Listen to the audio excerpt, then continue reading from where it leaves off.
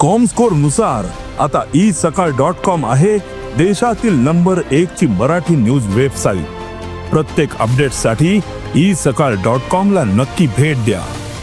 प्रशांत कोरटकरचा जामीन अर्ज फेटाळलेला आहे।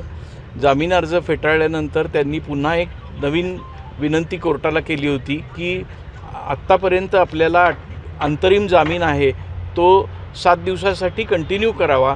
त्याच्यासाठी त्यांनी मुंबई हायकोर्टाच्या एका केसचा दाखला दिला आणि पुन्हा आपल्याला 7 दिवस प्रोटेक्शन मिळावं अशी विनंती केली।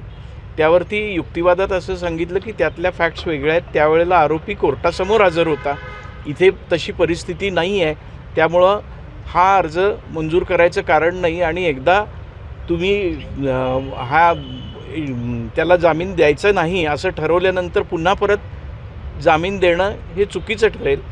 ते कोर्टानं मान्य केलं आणि जामीन अर्ज फेटाळला आणि पुन्हा जे प्रोटेक्शन मागितलं होतं तेही फेटाळलेलं आहे। म्हणजे प्रशांत कोरटकरच्या अटकेचा मार्ग आता मोकळा झाला। प्रशांत कोरटकरच्या अटकेचा मार्ग मोकळा झालेला आहे। या सगळ्या ऑर्डरमध्ये काही अटी वगैरे काय घालण्यात आलेल्या आहेत का? नाही, त्या पाहायला नाही मिळालेल्या अजून।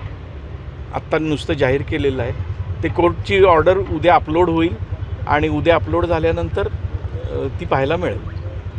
अजून या विषयामध्ये कोर्ट संवेदनशील असं दिसलं कारण हा विषय संवेदनशील होता, संवेदनशील होता आणि सगळ्या महाराष्ट्राचं त्याच्याकडे लक्ष लागलेलं होतं आणि राष्ट्रपुरुषांविषयी काही उद्गार काढणं हे योग्य नाही असं वाटलं असावं।